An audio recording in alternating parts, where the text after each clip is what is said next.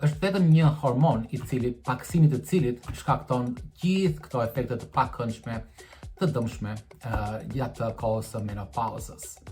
Por, dhe ky quhet estrogen, vetë fjalë për estrogenin ose estrogenit. Por aman ka një lajm të mirë, që ekziston një molekull në trupin ton, realisht është e fjetur, e cila kompenson ose heq ose shëron të gjitha efektet e dëmshme që shkaktohen nga paksimi i estrogeneve. Ajo quhet keton, molekula e ketonit, e cila prodhohet nga mëlçia nëse ne i japim mundësi kësaj molekule të prodhohet, të cilën do ta shpjegoj në këtë video. Quhet se jeni në menopauzë kur ke një vit totalisht një vit të plot pa mens, pa perioda.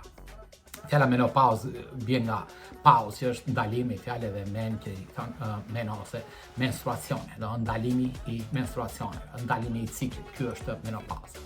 Dhe kemi perimenopauzën, rreth menopauzës, periudha ndërmjet asaj kohës kur fillon çrregullimi i ciklit deri në ndalimin total të tyre. Çdo femër kur lind që në lindje me fjalë ka rreth 1 deri në 2 milion vezë në ovaret e veta. Ky numër bie vazhdimisht, që në gjatë lindjes fillon të bie në mënyrë të shumtë të madhe dhe në pubertet ose në menarken e parë, cikli i parë i femrës quhet menark ose menarsh në frëngjisht, ky numër arrin nga 1 deri në 2 milion shkon në 300-400 mijë vezë. Dhe pastaj në vitet 20-30 të moshës shkon në 120.000 dhe nga mosha 30-40 vjeç numri bie pothuajse 4 herë më tepër dhe arrin 125.000 afërsisht. Në menopauzë llogaritet që femra ka rreth 1.000 vezë në total. Përshëndetje të nderuara zonja, sot do flasim për menopauzën. Mos harroni gjithmonë, shëndeti është në dorën tuaj, është përgjegjësia juaj. Unë do ju jap gjithë informacionin, dijen e mundshme në mënyrë që ju të keni një shëndet të plotë. Rënja vazhdimisht e numrit, siç e thash, ky numër nga 1-2 milion shkon arrin në 1.000 në menopauzë. Rënja e numrit shoqërohet edhe me uljen e cilësisë të vezëve dhe sidomos të suksesit. Prandaj rekomandohet që lindja shtazanit të bëhen në një moshë relativisht të re. Ky numër, nëse dikush merr pilula ose thotë që ka bërë 10 fëmijë me fjalë dhe ky cikël ose menopauza do vonoj me fjalë, nuk ka lidhje fare me të.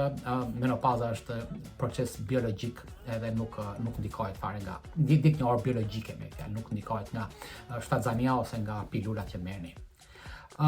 Mos nxitoni direkt sa fillon menopauza, gjë e parë që femrat tentojnë të bëjnë terapi hormonale. Mos harroni që terapia hormonale ka rreziqet e veta, efektet e veta të dëmshme, më të këqija ndër të cilat është kanceri i gjoksit dhe tromboza. E njohur tromboza që mund ndodh diku në trup, mund të japi efekte të vogla, nëse kap trurin ose zemrën mund të japi vdekje. Terapia me estrogen ose me progesteron që zakonisht jepet është zakonisht në 10 vitet e parë të menopauzës, nuk mund të bëhet më mbrapa. Nëse dikush do e bën edhe ka harruar ta bëjë me vetë, mos e bëni nëse ka kaluar 10 vjet.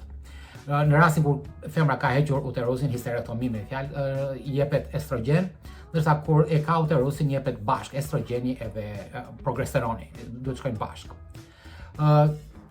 Femrat gjatë periudhës ka një favor në krahasim me meshkujt. Femra në gjatë kësaj periudhe 40 vjeçare që kanë periodat, po flasim se 13 vjeç deri në 53 vjeç, kanë një përfitim metabolizmi në krahasim me meshkujt.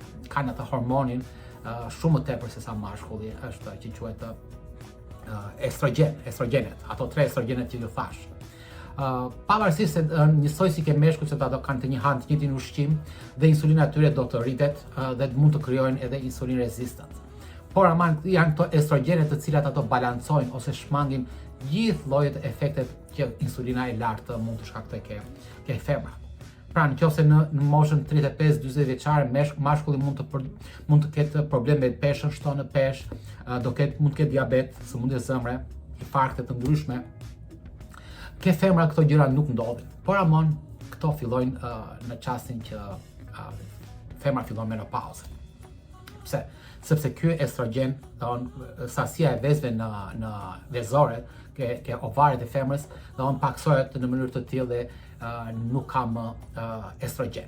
Po suprodhua më estrogen, të gjitha përfitimet 40 vjeçare që femra kishte në krahasim me mashkullin bie. Dhe bien me një herë, dhe femra dhe me njërë ndallon shumë probleme të menjëhershme, dhe çuditet bilesa. Problemet kryesore që ndodhin janë ato me kujtesën, sepse ulet metabolizmi i glukozës në trup, sepse estrogeni ose estradioli ndikon dhe jep mundësi glukozës të futet pavarësisht insulin rezistens në neurone. Qelizat e trurit quhen neurone. Duke pasur më pak energji dhe transmetimi i sinjalit të ulet, kemi vonesë në logjikim, kemi humbje kujtese. Pra nëse dikur femra thoshte në filan datë në ora 2 në çerek me fjalë ishe me filan shoqe tek filan vend, tani humbet kjo saktësi ose kjo memorie kompjuterike. E dyta, menjëherë femra vëre se i ulet sasia e muskujve ose prodhimi i muskujve ose mbajtja e muskujve është më e vështirë. Ulet funksioni mitokondrial. Mitokondriat janë ato që prodhojnë energji në trupin tonë, elektricitetin. Po ulën ato, kjo sjell rritje të stresit oksidativ, oksigjeni sidomos ato që quhen reaktiv oksigen species, e cilat dëmtojnë neuronet, gjithë pjesët brenda organelet e qelizave. Edhe jep edhe neuroinflammation, nëse inflamacion të qelizave nervore. Gjithashtu, siç e thash, insulina jep mundësi trupit të prodhojë dhjam. Estrogeni tregon ku ky dhjam do rritet. Dhe nëse ky dhjam, kur estrogeni ekziston, ky dhjam do shkojnë ato format e bukura ose linjat e bukura femërore që ka. Në çastin që estrogeni nuk ekziston më ose sasia e tij është jashtëzakonisht shumë e vogël, ky dhjam do depozitohet në mënyrë kaotike në trupin tonë. Edhe zakonisht në mungesë të estrogenit, dhjami do depozitohet në pjesën viscerale, në ato pjesën e keqe që ne themi që nuk e duam asnjëherë ta kemi. Mund të depozitohet anash shpinës femra të vëre, poshtë krave, mbi ije. Pra janë të gjitha shenjat të totalisht të pakëndshme. Gjithashtu, femrat vënrese kanë rritje të inflamacionit, artrite, çdo lloj problemi, edhe gripi zgjat më gjatë e tjera. Dhe në total do kem insulin resistance. Pesha nuk kontrollohet më, ajo vetëm shtohet në mënyrë të vazhdueshme, pavarësisht se femra tenton në mënyrë maksimale thotë po hanë ushqimin më healthy, më të shtrenjtë, më healthy, pesha do vazhdoj të shtohet sepse do mungon mbrojtja nga estrogeni. Çka kemi në rastet kur në rastet ose shenja më e shpeshtë që femra përjeton gjatë menopauzës janë afshet edhe afshet e nxehta dhe të ftohta, po edhe dërsitja gjatë menopauzës. Çfarë janë këto, kush i shkakton këto? Estrogeni është ai hormoni i cili merr pjesë në rregullimin e temperaturës në atë termostatin që kemi ne brenda në trup. Mungesa e estrogenit do të krijojë pikërisht afshet edhe dërsitjen, sepse kur ulet estrogeni kemi zgjerim të enëve të gjakut dhe ulet tensioni. Dhe ju keni parasysh kur ju bie ndonjë tensioni, ju mbulojnë djersë të ftohta që themi. Është pikërisht një njëjti efekt, sepse mungesa e estrogenit shkakton këtë gjë, shkakton këtë ulje të tensionit.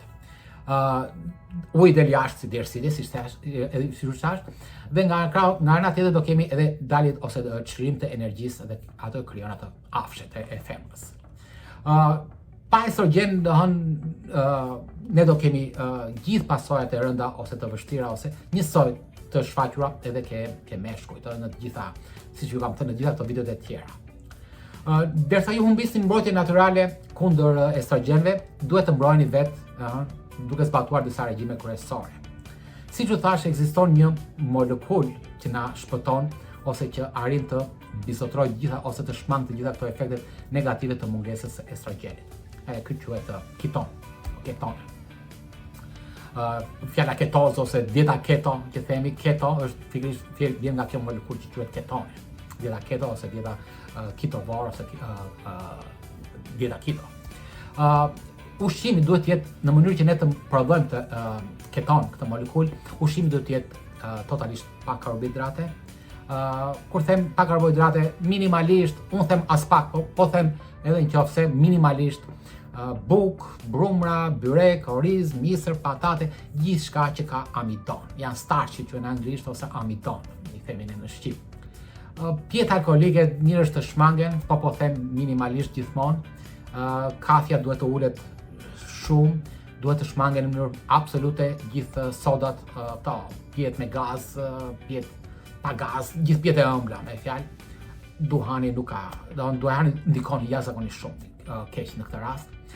Jo më ëmbëlsira dhe sidomos jo më fruta. Siç u thash, fruta dëmton lëkurën ose rrudh lëkurën 7 herë më shumë se sa sheqeri, se sa glukoza.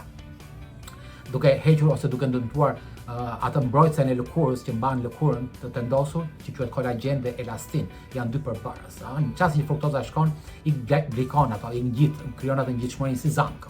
E dyta, siç u kam thënë, mbreti i gjithçkaje për çdo lloj smundje, për çdo lloj problemi është agjërimi i gjatë ose fasting. Në mënyrë që ne të krijojmë këto ketone, siç u thash që të prodhojmë ketone, e para duhet të shmangim karbohidratet në mënyrë të vazhdueshme, jo një ditë ose një vaftë, por flasim për javë, për muaj të tërë. Dhe e dyta është që të nxisim sa më shpejt prodhimin e këtyre ketoneve është agjërimi ose fasting. Të paktën 18 orë. Kur ke insulin resistance, ndoshta duhen më shumë se 24, 30 orë, 36 orë, rrallë herë 48 orë, por më saktë është në mjet 24-36 orë, doin që je sigurt doin që ti po prodhon ketone dhe ke hyrë në ketos. Ketonit mund t'i marrësh, ka fisha në farmaci, doin që me anë të urinës përdor ato fisha dhe shikon ja apo si në ketos, ke arritur apo s'ke arritur të prodhosh trupa ketonik. Se pari të prodhosh trupa ketonik, ketonet do shkojnë, do zvendësojnë gjithë problemet negative që mungesa e estradiolit, estrogeneve, krijon në trupin tonë. E favori këtyre ketoneve sa të shkojnë direkt në tru, nuk ka nevojë për mbartës, për receptor, futen direkt në qelizat e trurit, direkt kalojnë çdo lloj procesi dhe shkojnë direkt në mitokondria, aty ku prodhohet energjia. E para ndihmon mitokondrien që të jetë e fuqishme dhe e dyta prodhon energji menjëherë sepse truri ka nevojë për energji. Ulin inflamacionin, në rritin prodhimin e muskujve, sintezën e muskujve, sepse rrisin mitokondriet gjithmonë. Dhe shmangin sakropenin. Do flasim një emision në një video më vete për sakropenin, është shndërimi i muskujve në dhjam, për shkak të moshës edhe për shkak të mos aktivitetit. Gjithashtu ketonet tresin dhjamin, ulin oksidimin e stresit, ulin rrezikun për kancer. Përfundimisht. Ndihmojnë në mbajtjen e materialit kockor të padëmtuar, duke shmangur atë që është osteoporozën e famshme, që shumë femra e kanë atë moshë. E treta, shumë e rëndësishme që nuk është këshill e zakonshme, është gjumi. Gjumi është jetik. Në gjumë ndodhin gjithë proceset që ne na duhen për të pasur një aktivitet normal, hormonal dhe të sistemit imunitar. Përdorni gjithçka që ju të keni një gjumë të mirë. Maska sysh, tapa veshësh, perde të errta për të hequr dritën nga jashtë. Nëse ka zhurmë trafiku, përdorni siç u thash tapa veshës, merrni ndonjë magnezium, po jo me teprim, magnezium që ju qetëson. Nëse keni probleme me frymarrjen ose ndalim frymarrjes ose gërhitjen e madhe, nëse keni një sleep study të bëni, do ishte shumë e mirë, shumë e nevojshme. Flini anash sa më shumë të jenë të mundur, nëse keni diçka mbi peshë, fjalë ose ndjeni që po gërhisni, nëse bashorti ose diku që thotë po gërhisni, përdorni atë jastëkun siç u thash në videon e kaluar, përdorni jastëk në mënyrë që mos të flini në fytyrë lart, po të flini anash, zakonisht në krahun e majt edhe një herë. Tjetra është stresi. Stresi, siç u thash, janë 3 hormonet e stresit, kortizoli, adrenalina dhe noradrenalina. Përpiqen të bëni sa më të gjërë sociale, sidomos me brezin tuaj, në mënyrë që të flisni hapur për problemet që janë, edhe të ndani eksperiencat e ndryshme, qoftë edhe këtë video të ndani me të tjerët, sepse të gjithë ka nevojë për një ndihmë. Shmangni sa më shumë të mundeni, një këshill personale kjo, sa më shumë të mundi të ndënjurën para televizorit. Ka gra që rrin 4 orë, 5 orë, 7 orë para televizorit duke parë gjithë telenovelat, gjithë emisionet që janë totalisht poshme. Ju po harxhoni jetën tuaj për të parë diçka që nuk ka vlerë. Çoni, aktivizojeni, bëni një grafik në atë orar, do dilni, do flisni me dikë, do bëni gjimnastik, ulu ngriu në shtëpi, siç u thash edhe qoftë në karike, 10 herë tani, 10 herë më mbrapa. Dhe sidomos e lidhur me këtë, duke i marrë ose duke i vjedhur këtë kohë televizorit, që është kohë boshe, që ju harxhoni, skedullojeni ose bëni një orar, që në mënyrë që të bëni stërvitje, ushtrime, të lëvizni, ulje ngritje siç u thash, bini në një kufje në vesh me muzikë sepse ajo ju ndihmon e para të ulë stresit, e dyta që t'ju jep aktivizim që të lëvizni më shumë.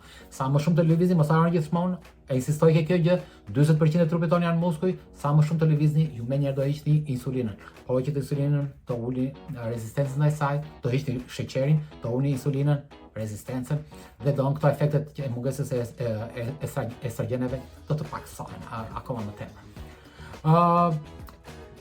Janë disa hormone zëvendësuese që quhen ose terapia që ju kushdo që është në këtë stad ose në këtë fazë di ato janë estrogenet dhe progesteronit. Sa për kuriozitet, estrogenet që përdoren në terapinë zëvendësuese prodhohen nga kuajt. Nuk është 100% njësoj si ke njerëzit, por është goxha afër, por nuk është njësoj. Bashkë me progesteronin. Efektet e dëmshme që siç u thash edhe në fillim fare janë kanceri i gjirit, tromboza, në enë të ndryshme dhe që mund të jenë pasoja të vogla ose pasoja fatale. Zakonisht hormonet mund merren nga muskuj, do me gjilpër, mund merren me tableta nga goja ose krema të ndryshme. Mos harroni diçka gjatë periudhës riproduese, fermat që prodhojnë estrogen dhe kanë estrogen goxha, estrogeni nxit çdo hormon ka qindra procese ose çdo molekul ka qindra procese në trupin tonë. Estrogeni, një nga ato ka që nxit mëlçin të prodhojë një fibrinogen, një hormon i cili jep mpikse të gjakut, në mënyrë që gjaku të mpikse të mos vazhdojë hemorragjin, na ndihmon nga hemorragjia. Pra, kur femra ka ciklin, është pikërisht ky estrogen i cili urdhëron mëlçin të prodhojë këtë fibrinogenin të ndalojë hemorragjin, që të mos ketë hemorragji të madhe. Ndryshe do bëhen anemike të gjitha.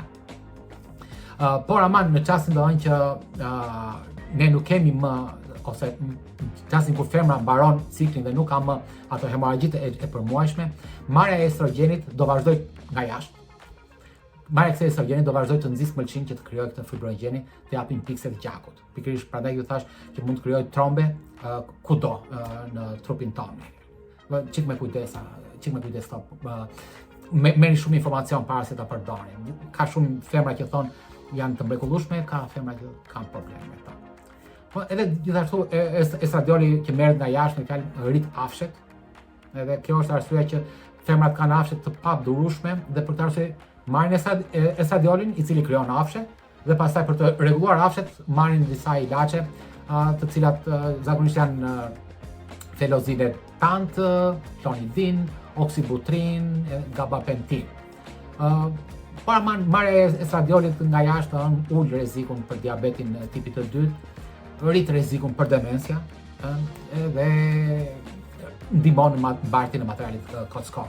Pra ka efekte të mira dhe ka efekte të këqija. Si përfundim, agjërimi i gjatë, fasting, është ilaçi më i mirë që kemi në dorë. Sa më i gjatë aq më mirë, sa më gjatë aq më shumë ketone do kemi. Pra duke filluar nga 24-36 orë, mund të vazhdoni 48, 72, 96 orë, një herë, 2 herë në muaj, pa problem fare. Gjithmonë punon, këtë gjithë 100%. Është falas, e bën sa herë të duash, sa herë ke mundësi dhe të jep ketone falas. Shiten ketone në Amazon, është një tabletë e vogël, një kuti e vogël kaq me fjalë është $35, $40. Mund ta bëni falas duke bërë fasting ose duke ndërprer çdo sheqer totalisht. Kjo është rruga e vetme për të shmangur mungesën e estrogenit gjatë menopauzës, prodhimi i ketoneve. Ju uroj të keni shëndet dhe mirupafshim në videon e ardhshme.